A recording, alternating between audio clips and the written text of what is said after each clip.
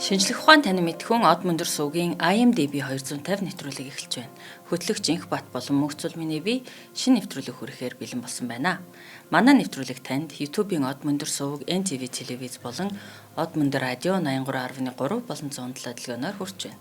Өнөөдрийн дугаарыг чанартай орц амттай сонголт ураатай 100 жилийн түүхт Италийн өргөмсрийн брэнд Locker интернетгүй аялал гэж байхгүй илүү датаг EasySIM-с ураатай EasySIM ивент тэтгэн та бүгд хүргэж байна. Өдрийн мэнд. Өдрийн мэнд зулаа. За шинэ нэвтрүүлэг эхэллээ. За тий. IMDb гэдэг. Ер нь интернет movie database гэсэн үгэнд товчлоо шүү дээ тий. Тэгээд ер нь кино хэр сайн болсон, хэд чанартай болсон гэдэг дээр үзэгчид өөрсдөө одоо юу өгөөд саналаа өгөөд тэгээд дүгнэлт тавьдаг ийм сайт байгаа. За тэгэхээр үзэгчдийн санал гэдэг бол үнэхээр маш чухал. Тийм ч учраас энэ одоо сайтн дээр гарч байгаа тэдний үнэлгээ киног хэр чанартай болсныг тодорхойлж идэг. Тэгэхээр хамгийн мундаг 250 кино бол энд байна гэсэн ийм санаа юм. За тэгэхээр энэ сайт дээр бүртгэгдсэн эдгээр кинонуудаас ер нь шигшж байгаад одоо хүмүүсийн их таалагддаг их үзсэн байдаг ч юм уу. Энэ кинонуудаас нь одоо эхлээд ярина. Гэхдээ ер нь бол бүгдийг ярихыг зорж байгаа. За өнөөдөр ямар киногаар эхлэх гэж байна? За өнөөдөр IMDb сайтын дугаар 2 дугаарт ирэмтлэгддэг Godfather буюу загалмаас эцэг киноны талаар ярина. За 2 анги нь 3 анги гарсан үг юм тийм ээ.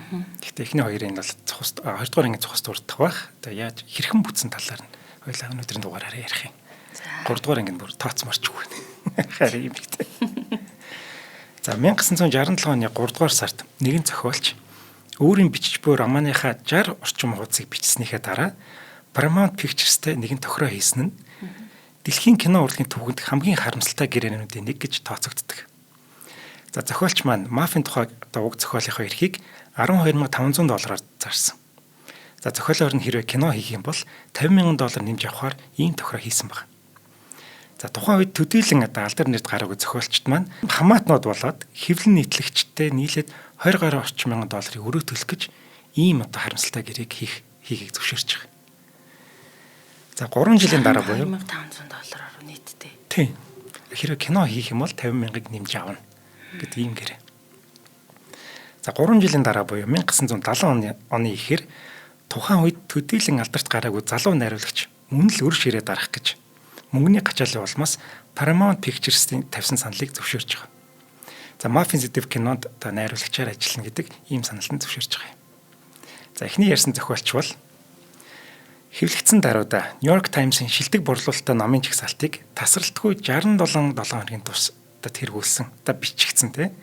За алдарт загалмаас эцэг романы зохиолч Марио Пуцо байсан. За харин удаах хүн нь болохоор дэлхийн кино урлагийн түүхэнд хамгийн агуу кинонуудын нэг гэж үнэлэгддэг загалмаас эцэг киноны найруулагч Francis Ford Coppola байсан юм. За эхлэн ийм сонир тохиоллоор одоо мөнгөний гачигтлаас болж эхэлсэн. Ийм одоо кино байх нь байна. Тийм байна. Аль аль нь шүү бүр найруулагчин зохиолч нь гэсэн. Тийм. Уг нь бол бидний чинь маш мундаг зохиол. Тэгэд маш их мөнгө авсан болов гэж бодсон шүү дээ тий. Тэгсэн чинь нийлээд $62,000 л студиэс авсан байх. За хэрвээ ном бичигтэйг бол энэ кино гарахгүй нь мэдээж тодорхой. За кино их эрхийг зохиолч бас маш хямдхан худалдаж авсан Paramount Pictures-ийн удирдлагууд маань харин Сицилийн маф гэдэг сэдвээс ер нь дөлөөд жоохон айж исэн юм байна. За тухайн үед загалмаас эцэг роман хэвлэгдсэн даруйда үгүйсэхийн аргагүй амжилт үзүүлсний дараа л одоо кино хийя гэж шийдсэн байна. За тэгвэл загалмаасын эцгийн зүй асны анхны эцэг Марио Пуцо гэж энэ эрхэм хэн байсан бэ? Марио Пуцо нь 1920 онд Нью-Йорк хотын Манхэттны Hell's Kitchen гэдэг хэсэгт Италийн цагаач гэр бүлд мэдлсэн байна. За тэр үеийн их цагаач гэр бүлийн жишгээр эцэг их нь хоногийн талхныхаа төлөө борив бохс хийлгүй хөдөлмөрлөдөг. За 7 хүүхэдтэй Пуцогийн өнөр үтгэн гэр бүл нь аавтайгаа нийлээ 5 эрэгтэй байт гинэ. За 5 эрэгтэйнд бүгдээрээ төмөр замын ачигч гих мэтчлийн хүн төгчөр ажлыг хийдэг байсан юм байна. Гэтэл Мариог 12 настай байхад нь аав нь шизофрен өвчний улмаас сэтгцэн эмнэлэгт хэвтсэн гинэ. Ингээд бүх ачаа ээж Мариагийнх нь гар дээр ирж байгаа. Марианд 7 хүүхэдтэй ганцаараа өсөх одоо хүн төгчөр үргийг ингэ хүлээж байгаа. Хэдий эцэг их нь Америк орнд шинэ амьдрал, шинэ боломж хайж ирсэн ч гэсэн бичиг үсэг мэддэг. За Италийн ядуу тариачин байсан. За харин тэгсэн чинь Марио Пуцо маань багасаа л уран зохиол дуурлаад би нэг бол агуу уран бүтээлч болно. За эсвэл гайхалтай гэмт хэрэгтэн болно. Гэмт хэрэгтэн болно гэж мөрөөдөж өссөн гинэ. За 16 настайдаа зохиолч болно гэдэг гэрийнхэнтэй мэдгэтгэд гэрийнх нь төдийлөн таваагүй. Ялангуяа ээж нь хүүгээ зүгээр л дэмэрч байна гэж бодож исэн гэнэ.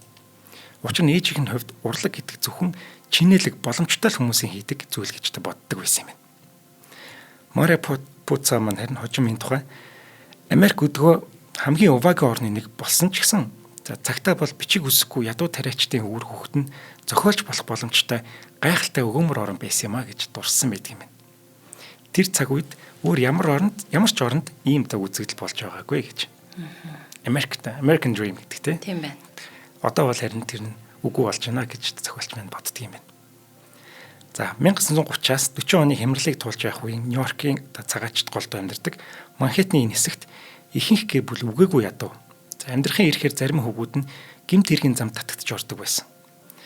За гэхдээ ер нь ихэнх хүүгүүд гэсэн шүү дээ. Зарим нь бол 7 хоногийн $50 төлөө шударгаар хөдөлмөрлөдөг байсан. Мария Пуцагийн хувьд буруу зам руу орох хүсэл байсан ч гэсэн гэр бүл нь түүнд ийм боломж олгоогүй гинэ.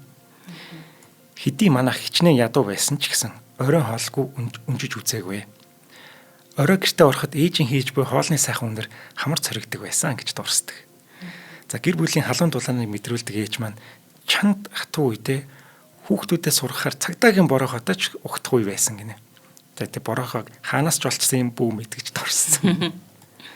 За юутай ч өнөр өтгөн ийм хатуу за тэгээ халуун дулаан Итали гэр бүлийнхээ ачаар Мария маань гэмт хэрэгтэн болчихоогүй. Харин багын мөрөөдлөө биелүүлээд зохиолч болж чадчих байгаа юм. Тийм байна. За загалмаас эцэг роман бичигдэх үе бол Мария Пуцагийн хувьд хэдэн роман бичсэн байсан юм байна. Гэхдээ шалтай орлого олдгоо. За алдар хүн гэж байхгүй. Тэгээ 45 нас хүрсэн. Тэгээ эхнэр 5 хүүхэд гээд өнөр өтгөн гэр бүлтэй байсан. Тэгсэн чи дээрэс нь манай хүн чинь ашиг болдгон дээрэс мөрөөдө тоглоом дунтцсан байсан. Ингээд нөгөө хамаатан саднуудаасаа мөнгө зээлсээр хагаад $20,000 өрөнд орсон. Ер нь уналтын үе нь байсан юм байна. Ер нь 45 хүртэл уналтын үе дээрээ байсан юм байна. За энэ үе бол санхүү болон сэтгэл зүйн хувьд их дарамттай байсан. Одоо л амжилттай зохиол бичихгүй бол хоошид зохиолч байх боломжгүй ийм игцэгтэй үе байсан гэж өөрөө ярьж. Мария Пуца мафийн сэдвийг өөрөө дурлаж сонгоогүй гинэ. Мафийн сэдв эрэлттэй, уншигчдад сонирхно гэж хэвлэлийн төлөөлөгч зөвлөсөн юм байна. Ингээд анх зохиолоо бичихтэй нэрийг мафия гэж өгөөд зохиолоо эхлүүлээд урьдчилан авч ирсэн юм байна. За 45 нас хүрсэн хүн чинь одоо заавал ашиг орлоготой амжилттай зохиол бичнэ гэж зорж байгаа. Загалмаас эцэг романа 3 жилийн турш бичсэн юм байна. Энэ 3 жилийн хугацаанд тэрээр амь зуулгын мөнгөний төлөө адал явдлын сэтгүүлд өгүүлэл бичдэг. Номын шүүмж бичдэг. За бүр хүүхдийн зохиол хүртэл бичиж амь зуулга зогоодог байсан юм. За найзууд гэр бүлийнхний маань хувьд тис өөр байсан ч гэсэн миний хувьд энэ 3 жил амьдралын маань хамгийн сайхан он жилүүдээ гэж өөрөө дурсан юм байна. Энэ үедээ амьдралдаа хамгийн их зохиол бичсэн үе нэг юм. Тэгсэн чинь ажуур нь агуу зохиолоо бичээлээдэг. Тэгэд мөнгө байхгүй юм чинь өөр зохиолоод бас бичсээр л байсан байна. 1968 оны 7 дугаар сард Мария Пуца 450 хуудас орчим загалмаас эцэг романа эхний байдлаар дуусгаад за хэвлэлийн төлөөлөгчтэй гартуулаад $1,200 авч байгаа. За ингээд энэ мөнгө аваад эхнэр хүүхдтэйг Европоор аялахаар одоо явсан гинэ. Тэгсэн чинь тэнд очиод бас бүтлэв. Мөрөдө тоглоом тоглоод $8,000 өртөө болоод хүрээд ирж байгаа. Гэхдээ аяллаас буцаж ирсэн даруйд нь Мария Пуцаг санаанд ормгүй сайхан мэдээ хүлээж ирсэн. Загалмаас эцэг романыг хэвлэх эрхийг GP Putnam Sons гэдэг хэвлэлийн газар $410,000 худалдаж авах санал тавьсан байна. За энэ бол зохиолч амжилттай зохиол биччихлээ гэсэн үг. За үр ширээ дараад мөнгөний гачаалаасаа даруй гарах боломжтой ингээд энэ хүмүүс хагартлаа баярлсан гин. За ингээд нөгөө гэрээгээр ажиллаж исэн нөгөө ажлуудаас бүгдээрээс нь болоод юу нөгөө хүүхдийн зохиол мохиолоо бүгднгээс нь болсон гин. Ингээд хамгийн түрүүнд ах руугаа залгаж байгаа юм байна. Яагаад тэгэхээр ах нь Мариог их харж ханддаг байсан гин. Ямар нэг мөнгө хэрэг боллоо гэхээр тусалж дэмждэг. Хүүхдийн гутал хэрэгтэй боллоо гэхээр гутлыг авч өгдөг. Ер нь бүх талаар халамжилдаг байсан гин. ямар гоё гэр бүл төссөн юм бэ те. Ань тийм байгааз. Ядуу тарчигч гэсэн зарчимтай. Буруу замаар орлогоогүйгээр өнөөдрийн ядуу тарчиг байдалтай ингээд одоо урам хугарчтэй. Тэсгэл алдалтгүйгээр амар төвчээртэй. Яг тийм. Зөв амьдрах ёстой гэж үздэг байсан байна. Тийм төвчээртэй замд гэсэн өөрийнх нь амьдралд мөрөөдөө тогломноос бусад зүйл дээр нь айгүй. Тийм. Илэрч тий. За ингээд ахта нэг $410,000-ийнхаа 10% нь бэлэг болгон өгч байгаа. Ямар гоё. За харин дараагийн залгаж хэлсэн хүн болохоор ээж нь. Өөрийн нөө амжилттай бол явж чадахгүй л гэж боддог байсан ээж рүүгээ залгаад би зохиолоо $410,000 зарчлаа гэсэн чи ээж нь 40,000 гэсэн гинэ. Бүгд 3-та 410,000 гэж хэлчихэж нэг юм итгүүлж исэн гинэ. За Мари Пуца ингэж дурсан. Итали гэр бүл болгонд нэг бүтлгүй нөхөр байдаг аа. Харин энэ хүртэл манай гэр бүлийн хувьд тэр этгээд нь би байсан юм аа. Тийм болохоор зохиолоороо амжилтанд хүрсэн. За ингээд амжилттай зохиолч болж чадсан шүү гэдгээ гэр бүлтэй зарлан тунгалахыг хүсэж исэн гэж дурсан байдаг. За загалмаас эцэг роман маань 1969 оны 3 дугаар сард хэвлэгдсэн даруйда 469 хоног шилдэг борлуулалттай номын жагсаалтаас буулгүй. За ингээд рекорд тогтоож байгаа. Жил гарсан биш тий. Тийм. Жил 3-4 сар. Тийм байна. Вау. Мафийн гэр бүлийн тухай өгүүлэх гэмт хэргийн энэ роман нь туйлын үнэмшилтэй байсан тул энэ романыг жинхэнэ мафийн бүлэглэл захиалаад $1 сая захиалга өгч бичүүлсэн гэдэг юм цуу яриа хүртэл гарч ирсэн гинэ. За харин зохиолч маань энэ романаа зөвхөн судалгаан дээр үндэслэж бичснэ хэлсэн. Би мөрөөдө тоглоомын ертөнцийг гайгүй доторчлох боловч мафийн ертөнцийг огт мэдэхгүй. Би амьдрал дээр жинхэнэ доонтой ч уулзч үзээгүй гэж хэлсэн юм байна. Тэгээ янз бүрийн цовл гарна л та амжилттай болсон юм чи. За романыхын амжилтаас болоод олон ч кино студ өндөр үнийн нүдээ санал тавьж исэн боловч нөгөө нэг өмнө зарцсан шүү дээ. 60 хуудас бичсэнийг $12,500 зарцсан. Ингээд хамгийн харамсалтай зүйл нь энэ болж байгаа байхгүй. За хоёлаа одоо найруулагчийн талаар ярина. Гэхдээ ивент итгэж эхлээд танилцуулъя. За тэгээ. IMDb 250 нэвтрүүлгийн маань өнөөдрийн дугаарыг чанартай орц амттай сонголт өрөөтэй 100 жилийн түүхтэй Италийн өрмөнцрийн локер брэнд ивент итгэн та бүгд төрөж байна. 1925 онд Итали улсын Тиролийн нуруунд цэвэр ус цэнгэг агаараар баялаг далайн түвшнээс дээш 100,000 метрийн өндөрт амтд өрмөнцрийн үйлдвэр үүсгэн байгуулагдсан байна. Энийн өнөөгийн бидний сайн мэдэх дэлхийд даяартай нэрээ түгээсэн бидний тутамдаа хэрэгэлдэг локер брэнд. За өнөөдөр 100 жилийн уламжлалаа хадгалан 3 үед амжсан гэр бүлийн брэнд дэлхийн брэнд болтлоо өргөж 100 гаруй жил одоо 100 гаруй улсад шүү. Өөрийн онцгой амтыг түгээсээр байна. Одоо чинь Европт бол нөгөө өвд дамжсан гэр бүлийн бизнес гэдэг бол хамгийн нэр хүндтэй, хамгийн одоо хүндэтгэл хүлээдэг гэж хэлэх юм уу? Одоо шинэ амжилтанд орж байгаа шинэ бизнес гэдгээсээ илүүтэйгээр нөгөө хуучин Европ гэж ярьдаг манаас түнтэй холбоотой. Эдгээр нэг хариуцлагатай, тэгээд хэрэглэгчтэй хизээч хохироож байгаагүй гэсэн ийм санаа цаана явж байгаа бах тий. Тэгээ нөгөө гэр бүл гэдэг аягүй чухал. Гэр бүлийн бизнес, гэр бүлдээ одоо аавын ажил хэрэг хүүдээ дамжина. Тэр нь ачтан дамжина гэдэг нь хамгийн чухал. Тэгээ яг энийг загалмаас эцэг киноноос харж байна. Бас Италийнхан биш үү? За локер нь Италийн Альпийн нурууны цэвэр агаарт байгалийн гаралтай түүхий дээр үйлдвэрлэдэг гэдгээрээ онцлог байдаг. Тэдний бүх амттан өрөмзөр, шоколад, жигнэмг нь химийн нэмэлт бодисгүй, хугацаа уртасгагч, химэл өнгө, ам түнэр оруулагчгүй бөгөөд байгалийн цэвэр орцтойгоороо дэлхийд одоо таашаагдана төгс юм аа. Нэгэн сонирхолтой баримт бол локерийн бүх амттанд газрын самар буюу hazelnut орсон байдаг. Энэ нь брендинг өвөрмөц амтыг бий болгодог бөгөөд энэ нь классик наполитанаар хэмээх өрмөнцрийг нь бий болгодог юм байна. За дэлхийд даяар хамгийн их борлуулалттай наполитанаар төрлийн өрмөнцөр тооцогддог юм байна. Өнөөдөр локер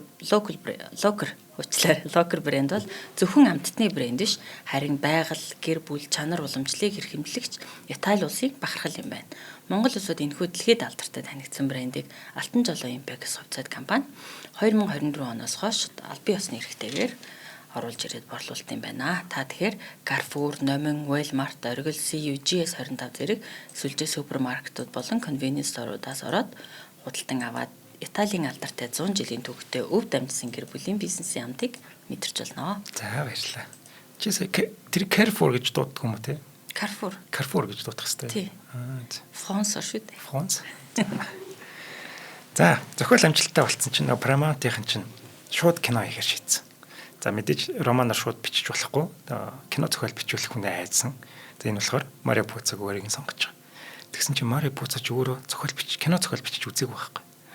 Анх удаа бичиж үзэж байгаа нэг юм сонин юу байдгийг түүхчих юм уу. Хоёрдугаар ангийн хийх гээд тэгээд дахиад Марио Пуца санал тавьж байгаа байхгүй. Чи кино зохиолоо биччихээ гэсэн чинь би юу нэгээ цаашдаа бичиж магадгүй юм байна.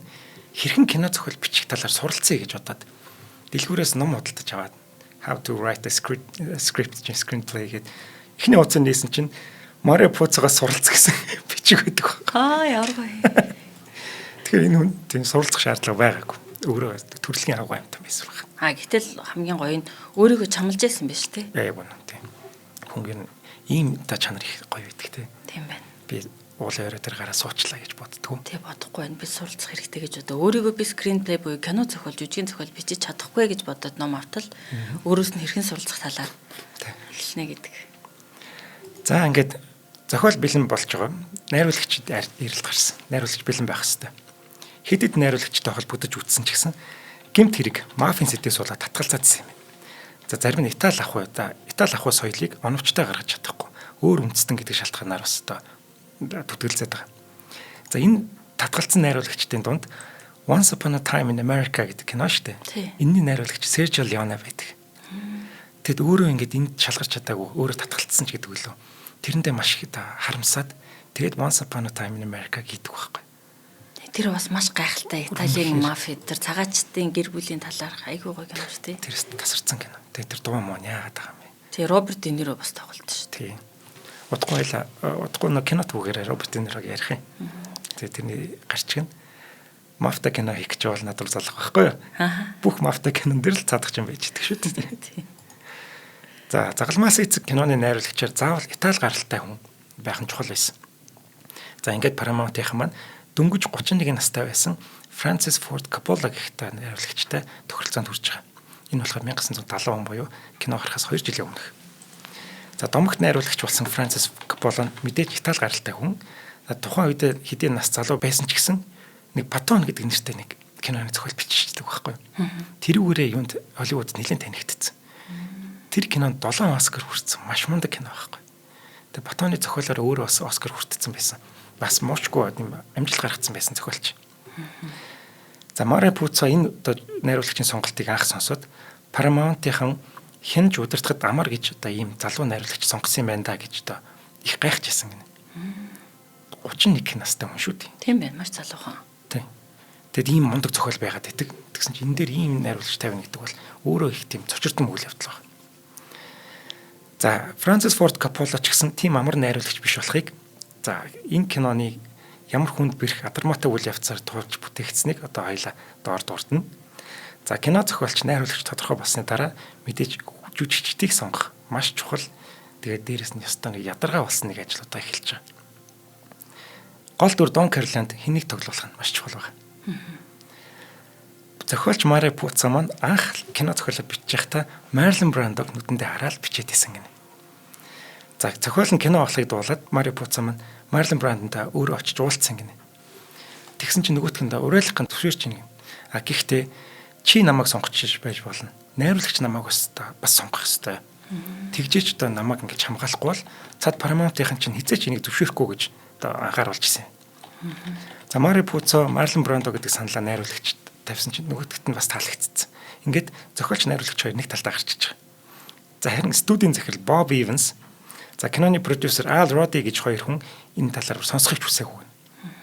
Хэдий энэ хүн чинь Марлон Брандо чинь алдар нэрнь түгсэн домог болсон хүн боловч сүүлийн үед энэ ааш авраасаа болоод ер нь жоохон уналтанд орсон байна.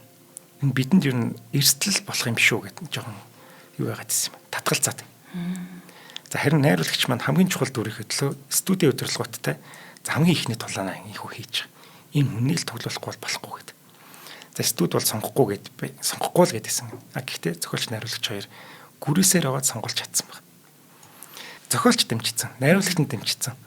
За дээрэс нь хэрвээ Марлон Брандог сонгочих юм бол бусад мундаг жүжигчдийг бас татаж магадгүй юм гээд студ бас давхар тооцоолол хийсэн байна. Ингээд сонгохыг зөвшөөрч байгаа байхгүй. Гэхдээ хоёр нөхцөлтэй. Эхнийх нь Марлон Брандо ямар нэгэн эрсдэлтэй алхам хийж киноны төсөвт хохирол учруулвал нөхөн төлбөр өгөх. За мөн хоёр дахь нь туршилтын зураг авах гэдэг хоёр нөхцөл тавьсан гэнэ.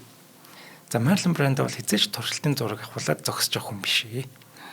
Энийг харин найруулагч маань нэвтэйхэн аргалаад гэрт нь нэг жижигхэн камер барьж очиод за дүрдээ яаж бэлдэж байгааг чинь харчий гэдэг худлаа яриад туршилтын зураг авцсан гэнэ. Ингээд тэрийг үзүүлээд нэг студид хоёр ингээд юугаа шаардлагыг хангаж өгч байгаа. За дараагийн чухал дүр бол мэдээж эцгээ залгамжилж байгаа Корлеоне баг хүү Майклийн дүрд хэнийг сонгох.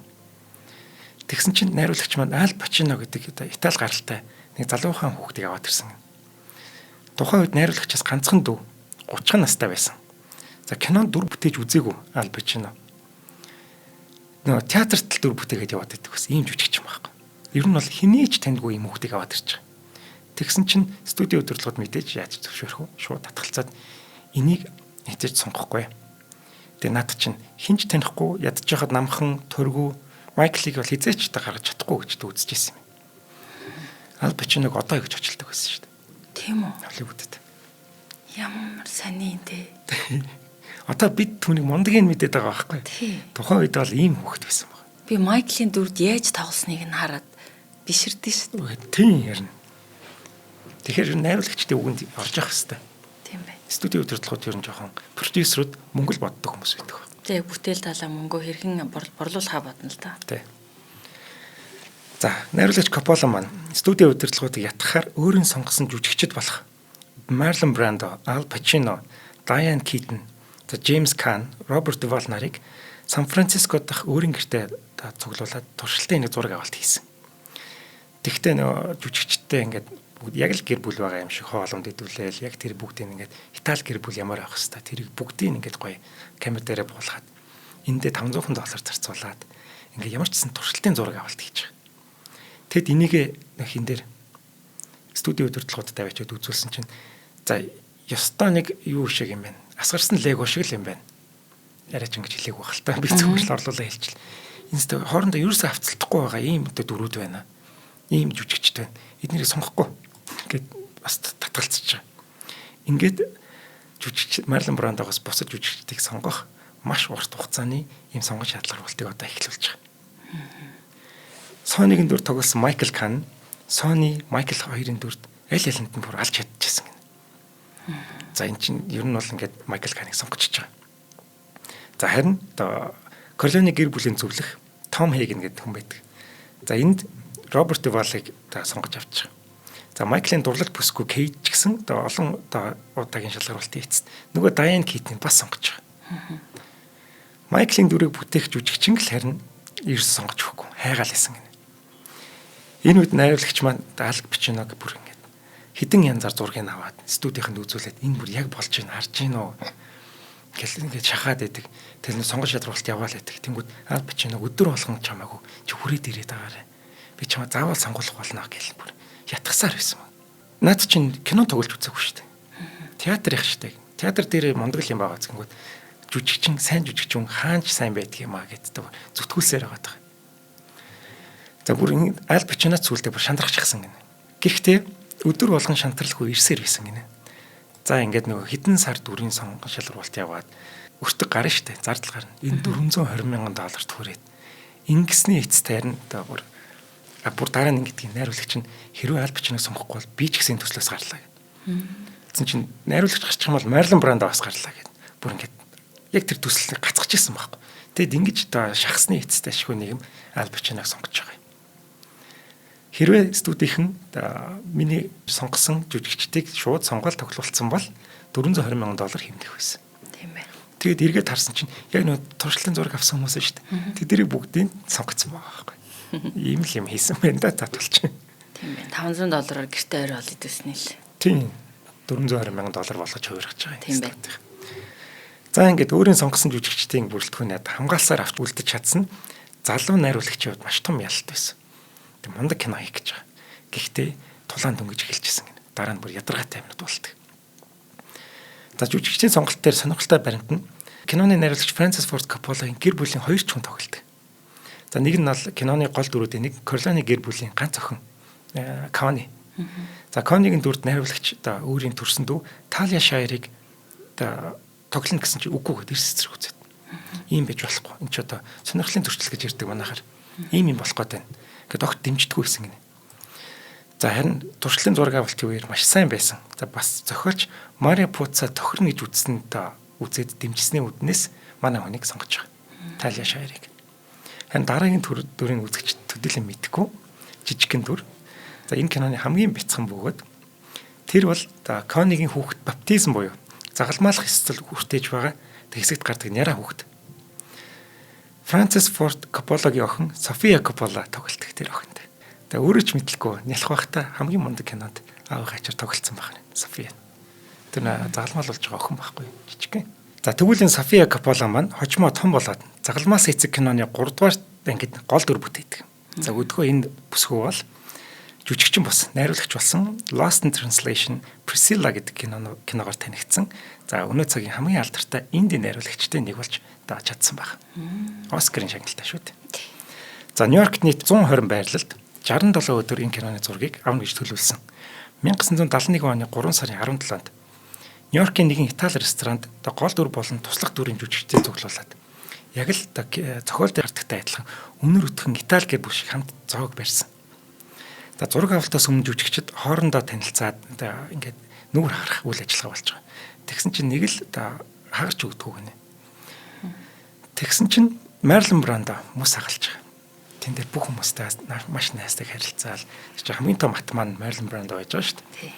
Тэгсэн бүгдийг гоё ингээ уриалах яагаал гоё инээ танайттай ингээд нэг гоё өдрийг ингээд яг Итали гэр бүл шиг нэг өдрийг хамтаа өнгөрүүлснээр эднэр яг нэг баг болж чадсан. Тэрнээс өмнө Майкл чинь хинж танихгүй бусд нь бие бинийгээ хайлтд мэддэг ийм хүмүүс л байсан байна. За ингээд Марлон Брандо энэ киног дахиад нэг удаа аварч байгаа нэг. Тийм байна. За ингээд 1971 оны 3 сарын 23-нд загалмаас эцэг киноны зураг авалт эхэлж байгаа. За хэлээ эвэнтэтгэжээ танилцуулъя. За тэгээ өнөөдрийн дугаарыг маань интернетгүй аялал гэж байхгүй илүү датаг EasySIM-ээс ураатай EasySIM ивент итгэн та бүгд төрүүлж байна. За энэ удаагийн хамтран ажиллагч маань интернетээр буюу цахимаар үйлчилгээ явуулдаг компани юм байна. Хэрв та гадаад аялахдаа ер нь бол бид нартэй бүгдээрээ гадаад аялахдаа такси дуудах, буудал захиалга, худалдаа авахд орчуулга хийх шаардлагатай үе байдаг те. Google Translate-ээрээ энэ бүх үйлчилгээг авахтаа бид нэр датагүйгээр ерөөсө төсөөлөх арга байхгүй болчихсон. Гэтэл ер нь бол гадаадад интернетгүй байна гэдэг бол хөлгөө болчихсон гэсэн. Нөгөө хөлгөө бол хөлгөө биш, датаг бол хөлгөө болчиход шүү дээ. Хэлгүй болчиход байна. За тэгэхээр утсандаа хэрхэн яаж интернеттэй болох вэ гэхээр сүүлийн утаснууд бүгд дотроо eSIM дэмждэг болчихсон. Тэгэхээр энэ асуудлыг ер нь шийдэхэд маш хэлбэр болтон заавал bit SIM-ийг шаардлагагүйгээр EasySIM одоо eSIM ашиглаад QR код уншуулад утсан дээрээ та SIM авч болно гэсэн үг. За тэгэхээр нь гадаад аялж авах худалдаа хийх, буудал захиалах, такси захиалах бүх үйлчилгээг бид нэр датагаа ашиглан хийж болдог болсон. Урд нь яадаг байсан бэ гэхээр ер нь бол заавал нөө SIM карт авдаг тухайн газараа очиод гэртэл тухайн газараа очиод SIM карт худалдаж авахар жуулчдад зориулсан маш өндөр үнэтэй. За тэгээд тэрийг авах гэж хилээ ойлголцох төвөгтэй. Дараа нь төлбөр тооцоогоо хийх. Тэгээд түүнээс нөгөө speed SIM-тэй болоод утсандаа нэг дата боллоо гэдэг VPN аппликейшн заавал суулгах шаардлагатай байсан тийм. Тэгжээж нэг хорон ертөнцтэй холбогддог байлаа шүү дээ. Гэтэл энэ үе өнгөрсөн байна. Тэгэхээр бид нар утсандаа EasySIM-ээс eSIM аваад хаа өссөн газараа интернеттэй хэлтэй хөлтэй болох бүрэн боломжтой болсон. Тэгэхээр өнөөдрийн хамтрагч EasySIM маань Хятад, Солонгос, Вьетнам, Таиланд зэрэг монголчууд түгээмэл аялдаг улсуудад шууд өндөр хурдны интернет ашиглах боломжтой eSIM-ийг борлуулдаг юм байна. Мөн Европын холбоо болон Шенгений орнуудад, Зүүн өмнөд Азийн бүх орнуудад хэрэглэх eSIM-ийг та бүхэн EasySIM-ээс авах боломжтой. Тэгээ эдний үйлчилгээнийхээ нэг гоё юм нь багц нь ерөөсөө 1 хоногоос эхэлт юм байна. 1-2 хоногийн хүртэл байдаг. Бид нар заримдаа аялах чинь нөгөө багцаасаа хамаарат 3 хоног байтал заавал 7 хоногийн үнэтэй багц худалдан авах шаардлагатай болдог тий. Эсвэл би одоо чи надад инх интернет ер нь би бол газрын зураг ашиглахад хэрэгэлдэг байхгүй. Газрын зураг ашиглах шаардлагатай надад нэг 3 дата л хангалттай байхад багц нь 7 хоногийн 15 дата гээд үнэтэйгээс би худалдаж авах шаардлагатай болдог.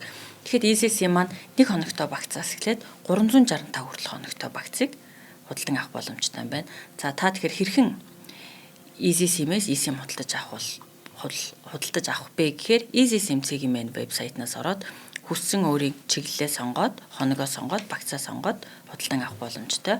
Мөн Facebook, Instagram-аар холбогдоод эсвэл 8804 7614 8804 7614 дугаарыг утсаар холбогдоод зайнаас биеэр очих шаардлагагүйгээр eSIM худалдан авах боломжтой юм байна. Тэгэхээр өнөөдрийн дугаарыг дэмжигч EasySIM-дээ баярлалаа. За баярлалаа.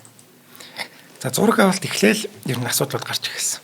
За найруулагч зураглаач хоёр хоорондоо маргалтаж байгаа. За мөн студ нэг хүнийг хяналтаар тавьсан. Тэр нь цент болгоныг тоолдог. Ингээл хараа хяналт бүр хаасайгүй. За тэгээд кино багийнх нь хэрхэн ажиллаж байгааг нөгөө хянаад байгаа. За дээрээс нь студийнх нь Аль Пачиног бас маш сайн ажиллаж байгаа. Энэ хинч мэдхгүй нэг юм аваад ирсэн. Энэ чадах юм уу гүм үү гэх бүр нэг яоцгүй. За тэгээд бас нөгөө найруулагчийг мяалаад байгаа. ийм залууг найруулах чадах юм уу гэд бас нэг юм хандлага. Ерөөсө зураг авалт маш тийм хүнд нөхцөлд явагдаж байгаа. Студийнхний зүгээс. Одоо ийм дарамт чахалт ирээд байгаа. За энэ үед одоо Майкл хин чин Ал Пачино ч 31-тэй, найруулагч 32-тэй. Ингээд энэ хоёр бүр хизээ мэдгүй халагдах байгаа юм шиг л нөхцөл байдал байдаг гэсэн. Зураг авалтын эхэлснээс сарын дараа найруулагч бүр унтаж чадхаж болсон.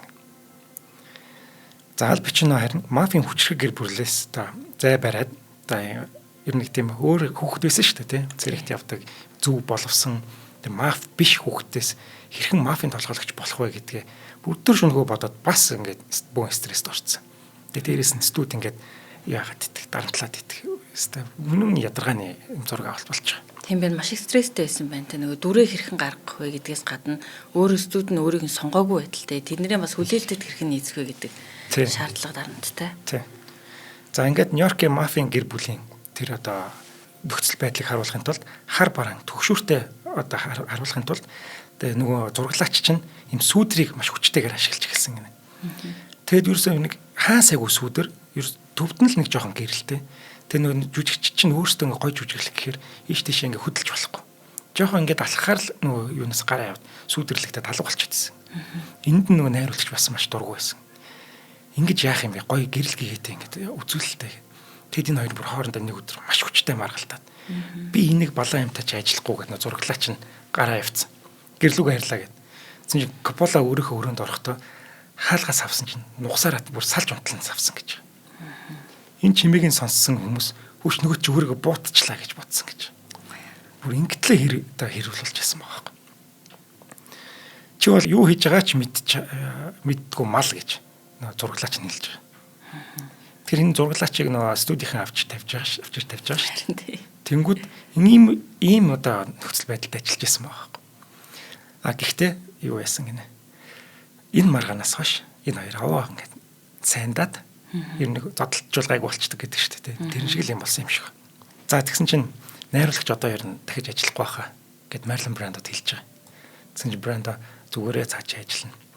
Хэрвээ түүнийг халах юм бол би ч гэсэн халагдана гэж хэлж байгаа. Марлен Брандо бишрэхгүй байх ярахгүй тийм гоё. Харисантай, юутай эготой тий гоё юм шүү энэ.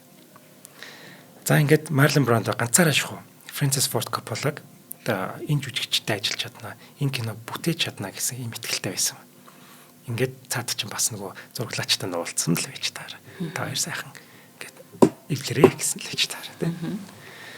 За орчин үед одоогийн нөхцөл байдалд бол хялбар шийдэгдэж чадах ч гэсэн тухайн үед 1970-аад оны үед техникийн нөхцлөөс шалтгаалаад зарим зураг авалт маш хүнд нөхцөлд явж исэн. За энэ дундаас морины толгой. За энэ эвгүй хэсгийн зураг авалтыг хийхин тулд жинхэнэ морины толгойг ашигласан. Энэ дэр нэг юм юу явдгийг яагаад амтаа алчиж байгаа. Та нар амтаа алж кинонд амтаа алж болохгүй шүү дээ. Жин хитрхи хэрцгий байна гэдэг. Тэгсэн чинь та нар кинон дээр гарч байгаа нэг морийг л яриад байгаа юм. Бид нар энийг тэр морины юунаас авсан юм. Одоо манай харал бойл юм л та. Тэндээс авсан юм аа. Тэнд өдөр болгон 800 адууг няталж та яадаг. Тэднийг яагаад ярихгүй байх гэж найруулагч хэлсэн мэл. Жинхэнэ морины тасарсан толгойг авчирсан байхгүй юу? Ямар амир. Тийм ээ. Одоо бодоход бол хэцүү. Тэгээ тухайн үед бол гайгүй л авсан юм шиг. За ингээд жинхэнэ толгой ашиглаж яснаа нөгөө жүжигчэндээ хэлээгүй ингэнэ. Тэгээ нөгөөдөг чи ингээд харж байгаа л харсан жинхэнэ толгой байсан. Эхний жүжиглэлт нь маш ингээд аимшигтай болсон байгаа. Жинхэнэ толгой харсан хин ч гэсэн бүр цочролд ороод гайханчт тий. Тэгсэн чинь энэ жүжигчин маань 8 цагийн турш энэ хэсгээ зургийг авахулж байгаа. Тэгэд орноос нь буулгахгүй. Наач буучих юм бол дахиж ирэхгүй шүү гэнэ. За байж байгаараа дахиад нэг авъя. 8 цагийн турш толгой харж нөгөө жүжигчин орилсон байна. 10 секунд орчим л гаддаг дүрсэн юм байна л. Тийм миний нүдэнд яг одоо харагдчих. Тийм бааз. Амар айдаг. Тэр чинь хайртай морин шүү дээ. Тийм. Энэ хүн орноосоо нэг л хохроод буучих юм бол зураг авалт өнгөрөн шүү гэдэг. Дахиад энэ орлого ирэхгүй шүү гэж богийн гишүүд нь найруулагчтай анхааруулж байгаа. Энэ үед тэр хүрээнд нэг Оскарын шагнал харагдана. Тэр Оскарын шагнал чинь Фрэнсис Форд Копполагийн нөгөө нэг зохиолчоор авсан жинхэнэ Оскарын шагнал байна. Тэрийгэ тавьж та камео болгож харуулж ирсэн байна. За энэ киноны хамгийн одоо харгас хэсгүүдийн нэг Лука Брасигийн хоолойг боож алдаг хэсгийн зургийг 10 орчим цаг авсан гинэ. Энэ дунд үг дүрийг бүтээсэн Ленни Монтана 4 удаа ухаан алдаж унсан. Яг жинхнээсээ боогоодсэн юм байна. Тэгэд хэрвээ чи ухаан алдах гэдэг юм тогшоорой гэж уг нь агааруулсан юм байна л да. Тогсож амжихгүй ухаан алдаж чанаад исэн. 4 удаа бүр маш үнэмшилтэй юм зураг авалт болсон гэсэн үг байна. За жинхэнэ жүжиглэлт гаргахын тулд бэлтгэл сурвал хийгээгүй. За анхны зураг авалтаар одоо тоглох арга барилтай. Одоо хүн Marilyn Brando байж байгаа. Энэ хүн чинь зүгээр л би дахиж энэ давхуулахгүй шүү л гэдэг хүн шүү дээ, тийм. За Don Corleone, Sony, Tom Hagen нарын та зураг авалтын үеэр Том Хэгэнд тоглосон нэг Роберт Вол шүү дээ. Тэрний нуруун дээр нь хиний үгийг наацсан байсан гинэ. Marilyn Brando-гийн үгийг наацсан. Тэг чи алдаж болохгүй шүү. Алдах юм наа чи яахгүй шүү дээ гэд үгийг ингэж одоо ард нь нааж уншуулж байгаа. За кино зураг авалт. Киноноос ш тутгааргүй одоо зөрчил, тэмцэл, айц дунд одоо өнгөрсөн. За тэгсэн чинь жинхэнэ мафийн зүгээс дарамт шахалт ирж эхэлсэн. За гэтэл зөвхөн мафаар тогтсонгүй. Итали гаралтай Америкуудыг гэмт хэрэгтэн одоо маф болгоод ийм сөргөөр харуулж хагаад Итали Америкуудын эрхийг хамгаалах төвийнхэн бас дургуутсаад энэ киногоо бойлгээд бас одоо эсэргүүцэлд үзүүлж байгаа. За киноны продюсер Al Rodi болон студийнхэн хэд хэдэн ажилтнууд занал хийлсэн дуудлага авч ирсэн. Хэрвээ энэ киноныхоо зураг авалтыг зогсоовол сая доллар өгье гэж мафийнх нь бас одоо яаж байгаа санал болгож байгаа. За энэ нийгэмлэгийн тэргүүн нь Коломб гэдэг хүн байсан. За өөрөө мафийн одоо сүлбэтэн байжгаад одоо хожим нь одоо энэ хүний эрхийн төлөө тэмцэгч болоод хувирсан. Итали Америкуудын эрхийг хамгаалт. Итали гаралтай Америкуудын эрхийг хамгаалдаг болсон байна. За тэгсэн чинь нэг Al Rodio шүү дээ манай продюсер энэ Коломбо гэдэг хүнтэй болцоод кино зохиолоос маф болон Сицилийн мафийн өөрсдөө нэрлэдэг Cosa Nostra гэдэг үгнүүдийг авч хаяа. За гэсэн чинь нөгөө хэдэн за явах тэгвэл зөвшөөрэй гэдэг. Тэгээ зөвшөөрсөн. Тэгээ кинон дээр маф гэдэг үг гардаг. Тэр чинь хоёр дээрээ гардаг лөө гэдэг л. Хоёр дээрээ л гардаг. Нэг дээрээ гардаг юм бэл. За тун удалгүй нөгөө нэг нийгэмлэгийн тэргүүн Коломбо нь өөрөө буудуулдаг. Тэгээд одоо команд байсаар байгаад одоо нас эцэлсэн ийм одоо хөвтөлөнтэй хүн байсан юм. Ер нь мафтай холбогдсон хүмүүс нэг иймэрхүү л байдаг тийм байна. За 1971 оны зул сарын үеэр киног нэг төлөвлөгөөтэй байсан ч гэсэн зураг авалт сунжраад байгаа. $1-2 сая багтаагаар төлөвлөж байсан төсөв нь 6 сая болтлоо тэлсэн гинэ. За тэгсэн чинь Италийн Сицилид авах зураг авалтыг цуцлах тухай яриа гарч ирсэн. Хитрхи их зардал гараад байна. Тэгсэн чинь найруулагч зохиолч хоёр маань энэ хоёр бол маш чухал хэсгүүд ээ. Энэ Сицилид зураг авах юмнууд. Ингээд энийг авахгүй бол энэ киноч бүтэхгүй гэсээр байгаад авч явж байгаа юм. За нөгөө студийн удирдлагын байнгын нэг дарамт шахалт байсан шүү дээ. Эндээс холдож зураг авах боломжийг л манай хоёр эрэлхийлээд байгаа байхгүй. Тийм байна. Ингээд Сицилид очиж яваад ёстой нэг тааваараа бүр айгүй гоё тийм дулаан уур амьсгалт зураг авч та дуусгаж байгаа.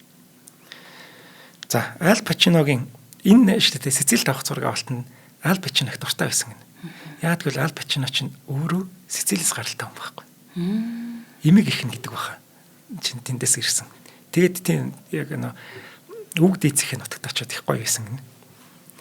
За зураг авалт эхлээд эвлүүлгийн ажил эхэлсэн чинь дахиад бас баахан зөрчил. 5 орчим цагийн одоо дүрс байсан. Энийг айл болох богиносго гэдэг. 2 цаг 10 минут руу оруулах гэдэг ийм шаардлагыг студиэс тавьж байгаа. Тэгээ яагаад гэвэл нөгөөдөл чинь ашгаал бодоод байгаа шүү дээ. Богинохон кино байвал олон дахин гарна, олон хүн үзэд мөнгө их болно гэж. Тэгсэн чинь харин Rob Evans гэдэг нэг юу вэ? Энэ хүн харин кино урлагийг аварсан нэг чухал шийдвэр гаргаж байгаа байхгүй продюсер. Энэ кино ингэж юм богинохон байлж болохгүй. Энийг тэр 2 цаг 50 минутаар нь тэр чигээр нь гарах хэрэгтэй гэж зүтгэсээр байгаад нөгөө захирлуудаа зөвшөөрүүлж чадчих. Ингэжээж манай кино чинь чихэн утга учраа хадгалж үлдсэн байхгүй. Тэрнээс 2 цаг 10 минут ер нь хасчдаг штэ. Тэгэхээр л кино нэг онцгой болчихдаг. За харин киноны хөгжмөөр дахиад зөрчилдөж байгаа. Ийм хар бараан кинон дээр эсрэгцэн за хөнгөн хөгжим илүү зөгцсөн гэж үзчихсэн гинэ студент. Датсан чи Франсис Форд Коппола юу гэж тэхэвд. Нөө киноныхаа 5 цагийн бичлэгээ бариад Итали руу ниссэн байна. Энэ үед одоо туршлагатай хөгжим зохиолч Нино Рота гэдэг одоо хүн дээр очиж байгаа. Ингээд энэ дээр одоо хөгжим зохиолгон бороо гэсэн чинь за би яг одоо зохиох гэдэг. Тэгээд Ромд энэ хөгжмийг бичиж байгаа байхгүй. Тэгжээж бид нэрийг мэддэг. Нэр нь юу лээ? Тийм бидний мэдэх одоо яг загалмаас эцэг киноны яг суурь ая маань Нино Ротагийн Аполлония гэдэг нэртэй ая юм байна. Аполлония гэтэл Майклийн Сицилид очиод гэр бүл болдог грек гаралтай эмэгтэй. Кинон дээр 10 минут орчим л энэ эмэгтэй дүрс гардаг. Гэтэл бид энэ киног тэр аяыг сонсоод л загалмаас эцэг гэдгээр мэддэг. Аполлония зэрэг сая. Тэгсэн чинь энэ хөгжмөндөр бас нэг сонирхолтой хүн орж ирсэн. Найруулагч аав нэг гинэ. Найруулагч аавнаас хөгжмийн зохиол дээр тамд бичлэлсэн гэдэг юм байна. Хормын хэсгийн хөгжмийн аав нь бичсэн гинэ. За энэ хүн болохоор хөгжмийн зохиолч бас лимбчин Кармен Коппола гэдэг хүн байна. За дараачийн анги буюу залмал сайцэг 2 3 дугаар ангийн хөгжмийг бас биччихсэн. За 2 дугаар ангийнх нь хөгжмөөрөө Оскарын шагнал хүртсэн. Ийм хүн байна. За киноны зураг авалт дуусны дараа хөгжилтэй үйл явдал болсон байна. Эцсийн хувилбараа үзүүлэх гээд нөгөө найруулагч продюсерууд юм жүжигчид бүгдийн суулгацсан байж байгаа байхгүй студид театрт. Тэгсэн чинь аалруудыг чинь нөгөө нэг нийгэмлэгийн тэргүүнтэй нэг тохироо хийсэн шүү дээ. Маф гэдэг үг оруулахгүй гээд. Тэгсэн чинь кино эхэлсэн чинь шууд л ингэж би мафд итгэдэг. Маф миний хувьд төлөг өөрчилсөн гэд яриад эхэлж байна. Нөгөө нэг продюсер чинь цусаар авах шахсан чинь кино багийнхан зүгээр түүнээр тоглосон юм гинэ. Тэр ч үгэнд би Америк орнд итгэдэг гиндэг үг байхгүй. Тэгээд ийм нэг хөгжилтэй нээлтэн дээр болчих. За нээлтийн өдөр 1972 оны 3 сарын 14-ний цас шуурж исэн нэг өдөр Нью-Йорк хотно загалмаас эцэг кино нэгдэж байгаа. Кино бүтгүүл явцсан дэлгэцсний өрнөх мафийн гэр бүлийн тэмцэл. За хүсэл хясал цус нулимснаас дутхааргүй бас өрнөл тэмцэл дунд өрнөсөн. За 2 цаг 55 минутын эцэст эхнэрийнхээ улаан нүрэлөө харж байгаад худал ярьж байгаа Майклыг загалмаас эцэг болсны хүн болгон мэдээд тэгээд кино хаагддаг. Кино дууссан чинь танхим анирч маяг. Алга ташилтж байхгүй, юу ч байхгүй. Тэгсэн чинь кино багийнх нь энэ одоо юу болоод байна? Энэ кино амжилтаар гарах ч юу гаргасангүй юу гэд ингэсэн чинь харин тэр амжилтын анирч маяг байсан байхгүй. Хүмүүс бүр ингэ цочролд орцсон. Бид нар сая юу үзэж байгаа бичсэн байхгүй. Ямар гоё. Бүр ингэ би нарцаач гэсэн гэсэн. Тийм байна. Тэгсэн чинь бүр ингэ алмаараад ёо гэжсэн юм байхгүй. За энэ кино маань 250-аас 291 сая долларын ашиг олсон гэж та үздэг. Хамгийн өндөр ашиг олсон кинонуудын нэг бүтээсэн өртгөө тооцох юм бол за 1972 онд буюу гарсан жилдээ Оскарын 9 төрөлнөр дэвшээд Форд Коппола, Марио Пузо хоёр сэтгүүлсэн шилдэг кино зохиол. За харин Марлон Брандо маань шилдэг гол дүрийн эрхтэй жүжигч байна. За харин кино багт шилдэг кино гэсэн 3 шагналыг авчирдаг. За 45 дахь удаагийн Оскарын шагнал гардуулах энэ ёслолд гол дүрийн 2 жүжигчин буюу Марлон Брандо, Ал Пачино хоёр хоёулаа оролцоогүй. Ажилдаа байсандаа биш, очихыг хүсээгүй дээ. Яагаад гэвэл Марлон Брандо уугуул Америкчууд буюу индианчуудыг кинонд яаж харуулж байгааг нь надад таалагддаг вэ. Тийм болохоор би өөрийнхөө өмнөөс өөр хүн шагналаа авахд явууллаа. Тэгсэн чинь тэр хүн инжаан гаралтай хүн байдаг байхгүй. Тийм ихтэй байдаг тий. Тийм. Тэгээ тэр нь өөрийнхөө үгийг хэлдэг. Тийм санаж байна. Тэр хүн нэр нь шүү дээ. Sashin Little Feather гэдэг нэртэй. Тий. Бяцхан гүд гэдэг нэртэй юм байна. За Ал Пачиногийн хувьд харин загалмаас эцэг эцэг дээр гарч байгаа Майклийн дүр нь гол дүр байх хэрэгтэй шүү дээ. Би энэ хинээс Дон Карлоноос илүү минут гарч байгаа шүү дээ. Яагаад миний дүрийг туслах дүр болгочихж байгаа юм гэдэг ийм нэг зөрчил гарснаас болоод очоогүй гэдэг зөв шуун байдаг юм шүү. Тэрнээс яг тэгсэн гэж таамаг байна. За загалмаас эцэг 2 кино маань 2 жилийн дараа буюу 74 оны Оскарын 10 төрөлтнөр дэвшснээс 6 төрөлтөнд шагнал авсан байгаа. За ингээд дэлхийн кино урлагийн түүхэд 2 дугаар анги нь нэгээсээ илүү болсон анхны тохиолдол энэ болж байгаа. 2 дугаар ангиуд ер нь ундаг. Гэхдээ загалмаас эцэг бол загалмаас эцэг шүү дээ. Тийм байна. За энэ кино гэмт хэргийн төрөл жанрт шинжилэл хийсэн. За Америк орны хамтын ухамсар төлөвшгöd голлох нөлөө үзүүлсэн. Соёл сэтгэлгээний өндөр ач холбогдолтой хэмээн үнэлэгдээд Citizen Kane гэдэг киноны дараа Америкийн кино урлагт хамгийн агуу кино гэж нэрлэгддэг. За хамгийн гол нь энэ кино Фрэнсис Форд Коппола, за Ал Пачино, Роберт Де Ниро, за мэдээж зохиолч Марио Пузо зэрэг гайхамшигт одуудыг төрүүлж байгаа ийм мундаг кино болж байгаа юм. За баярлалаа. Гайхалтай байлаа. Баярлалаа ба. Баярлалаа залаа. Кино зураг авалтын үед юм шиг л стресстэй байлаа. Миний хувьд бол маш тогтолтой байлаа. Баярлалаа. Баярлалаа. За ингээд та бүгдэд шинжлэх ухаан тань мэдхүн од мөндөр суугийн IMDb 250 нэвтрүүлэг хүрлээ. Хөтлөгч инхот болон мөнгөцөл миний бид энэ дугаарыг та бүгдэд хүргэлээ. Манай нэвтрүүлэг танд YouTube-ийн од мөндөр сууг, NTV телевиз болон од мөндөр радио 83.3 107 төлөвлөгөөнөөр хүрлээ. Өнөөдрийн дугаарыг чанартай орц самтай сонголт ураатай 100 жилийн түүхтэй Италийн өргөн цэргийн брэнд Locker интернетгүй аялал гэж байхгүй илүү датаг EasySIM-ээс ураатай EasySIM ивент итгэлээ. Баярлалаа. Дараагийн дугаараар уулзцгаая. За бай.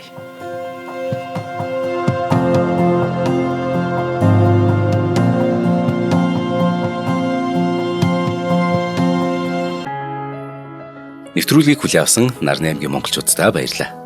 Одмондөр сувг нь энэ мэдчлэн таны мэдхүй мянган нэвтрүүлгийг 2026 оны 7 сарын 1 хүртэл та бүхэндээ хүргэх юм. Их хэлээрээ шинжлэх ухаан танин мэдхүйг түгээхийн үлсэд нэгтгэх хүсвэл та бидэнд хандив өгөх боломжтой. Жилдээ ганцхан удаа 100,000 төгрөгөөр биднийг дэмжснээр шинжлэх ухаан танин мэдхүйг түгээх энэ үйл хэрэг амжилттай үргэлжлэх юм. Одмондөр нэр дээрх Худалдаа өвчлийн банкны дансгаа 4191 тэг 4518. Та 100,000 төгрөгөөр шилжүүлэхдээ гүйлгээний утга дээр нь өөрийн нэр болон утасны дугаараа заавал бичээрэй. 100,000 төгрөг хандалснаар Одмондөр сувгийн алтан гишүүн болох юм а. Шинжлэх ухаан танин мэдхгүй Монголд ялах болтугай.